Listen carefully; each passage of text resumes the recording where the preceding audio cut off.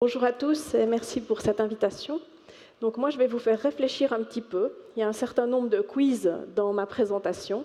Donc je vais vous expliquer la question qu'on se pose, vous faire des propositions, vous laisser un tout petit moment pour réfléchir à la réponse et ensuite on discutera ensemble des résultats.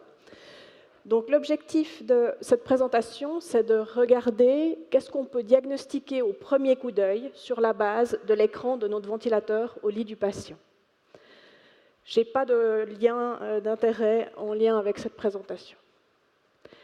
Donc l'écran d'un ventilateur, comme vous le savez, a un certain nombre d'éléments qui sont toujours présents, quel que soit le ventilateur qu'on utilise. Donc il y a les paramètres qu'on a réglés pour ventiler notre patient. Il y a des paramètres qui sont monitorés par le ventilateur et qui vont nous donner un certain nombre d'informations, notamment sur la mécanique ventilatoire du patient. On va y revenir. Il y a des alarmes pour nous avertir quand on est au-delà des cibles qu'on s'est fixées. Et puis il y a des courbes. Donc ces courbes, qui sont des courbes en fonction du temps. On a la pression en fonction du temps, le débit en fonction du temps et le volume. À savoir qu'il y a un lien direct entre la courbe de débit et la courbe de volume, puisque le volume est l'air sous la courbe du débit inspiratoire, donc le volume courant délivré. Et si on regarde ces courbes d'un petit peu plus près, et qu'on regarde deux situations différentes dans deux modes ventilatoires différents. Donc à gauche de cette diapositive, vous avez une ventilation en volume contrôlé, à droite en pression contrôlée. On a une phase inspiratoire et une phase expiratoire dans le cycle. La phase inspiratoire, l'aspect de la courbe de débit, de la courbe de pression en fonction du temps, vont évidemment dépendre du mode qu'on a réglé. Donc à gauche, dans un mode en volume, on règle un débit qui est la plupart du temps constant dans nos habitudes. Donc on voit qu'on a un débit plat durant l'inspiration. Et la pression, elle, va permettre de monitorer la partie patient, c'est-à-dire la mécanique ventilatoire du patient. À l'opposé, en pression contrôlée, on règle la pression. C'est la pression qui est constante au cours de l'inspiration. Et c'est l'observation de la courbe de débit qui va nous donner des informations directes sur notre patient. La phase expiratoire du cycle ventilatoire, elle est relativement identique, quel que soit le mode ventilatoire utilisé. Et puis, c'est une partie passive en ventilation mécanique en pression positive. Donc, un premier petit quiz. Donc, vous avez une courbe d'un patient ventilé en volume contrôlé à gauche. Donc, toujours la courbe de pression en haut, la courbe de débit au milieu, le volume courant en bas. Puis, ma question, c'est que se passe-t-il à ce moment-là chez ce patient? Est-ce que c'est un problème de surassistance dont on a parlé tout à l'heure? Est-ce que c'est une fuite au niveau du ballonnet du tube? Ou est-ce qu'on a une rétention gazeuse dynamique ou peut-être potentiellement deux réponses? Je vous laisse quelques secondes pour réfléchir. Et puis la réponse, c'est qu'il y a en tout cas une rétention gazeuse dynamique et peut-être une surassistance, puisqu'il peut y avoir un lien entre les deux. Comment est-ce qu'on peut dire ça? Donc, si on s'intéresse à la courbe de débit expiratoire, vous voyez que le débit expiratoire ne revient pas à zéro en fin d'expiration, au moment de l'inspiration suivante. On a donc de l'air qui est piégé dans les alvéoles, et puis une absence de vidange complète en fin d'expiration qui va générer une augmentation de la pression intrathoracique et des conséquences au niveau hémodynamique avec une diminution du retour veineux et également au niveau respiratoire avec une augmentation de l'inflation pulmonaire et puis finalement une diminution de la compliance quand on ventile à très haut volume. Donc ça, c'est vrai dans l'ensemble des modes ventilatoires conventionnels qu'on utilise. Donc ça vaut la peine de regarder la courbe de pression expiratoire sur nos ventilateurs. Par contre, il y a une chose qui est importante, c'est que ça ne permet pas de quantifier le phénomène. On peut, sur la base de la courbe de débit en fonction du temps, suspecter la problématique, mais pas quantifier. Pour quantifier, il faut faire une pause expiratoire, donc occlure les valves en fin d'expiration pour mesurer la pression qui va rester dans les alvéoles en fin d'expiration. On mesure à ce moment-là une PEP totale, donc c'est une manœuvre à effectuer sur le ventilateur. Deuxième petit quiz. Donc vous avez ici à gauche à nouveau une ventilation en volume contrôlé. Le débit n'est pas constant cette fois, mais décélérant, mais ça reste une ventilation en volume. Et puis dans la partie gauche de ma diapositive, une courbe habituelle de pression en volume contrôlé avec une pause inspiratoire. Donc juste un petit rappel ici. Donc si on fait une pause inspiratoire d'office dans les cycles en volume contrôlé, ça veut dire qu'on coupe le débit en fin d'inspiration, on est en situation statique et ça permet de monitorer en continu la pression de plateau. C'est ça l'intérêt de cette pause inspiratoire en fin d'inspiration.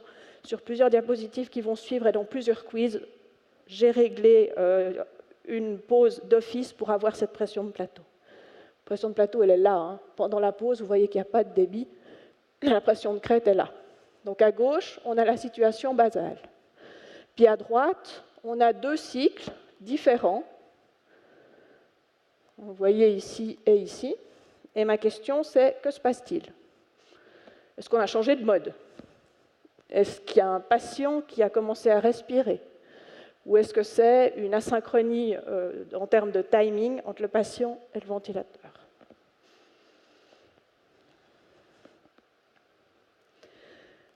Donc la réponse ici, c'est qu'on a un patient qui respire dans notre mode en volume contrôlé. Comment est-ce qu'on peut affirmer ça? Vous voyez qu'il y a une diminution de la forme de la courbe de pression, une modification. Pourquoi?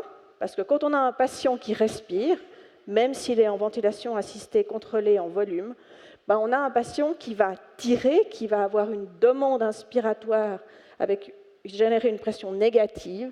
Et ce qui va être monitoré par le ventilateur, ça va être la somme de la pression liée à l'effort du patient qui s'oppose à la pression positive administrée par le ventilateur.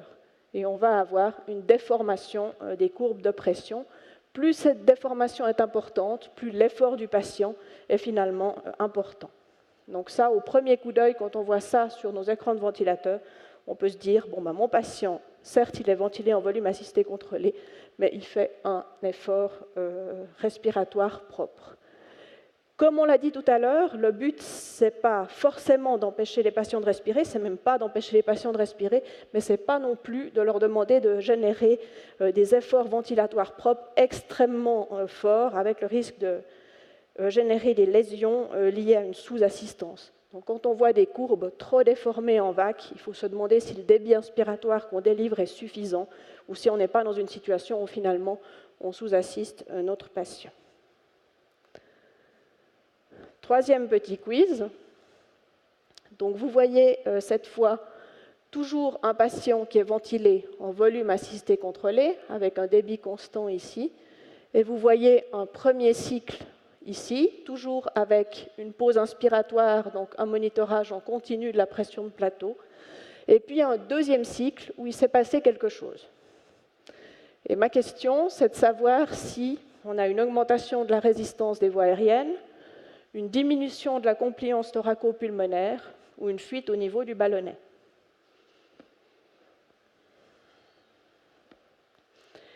Et la réponse, c'est une augmentation de la résistance des voies aériennes. Je vais vous expliquer pourquoi tout à l'heure. Autre petit quiz. Donc cette fois, on a la même situation basale ici. Et sur le cycle suivant, on voit à nouveau qu'il se passe quelque chose avec une augmentation ici de la pression de plateau, donc en conditions statiques. Même question que tout à l'heure, est-ce une augmentation de résistance? Est-ce une diminution de compliance? Ou est-ce une fuite au niveau du ballonnet?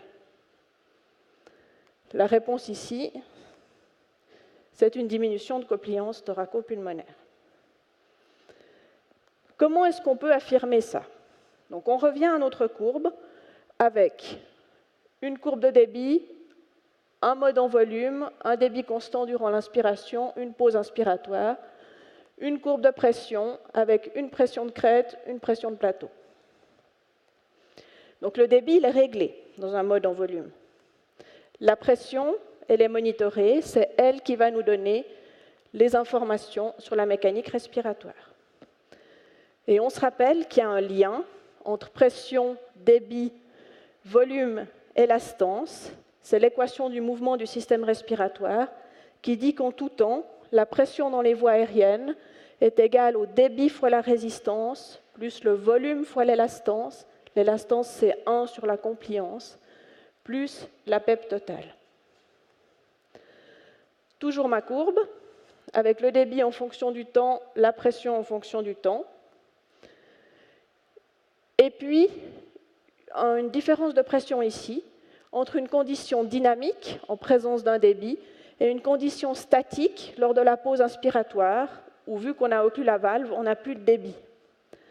La différence de pression liée à la présence du débit reflète la résistance, avec la formule dérivée de l'équation précédente, et qui dit que la résistance est égale à la P crête moins P plateau sur le débit inspiratoire.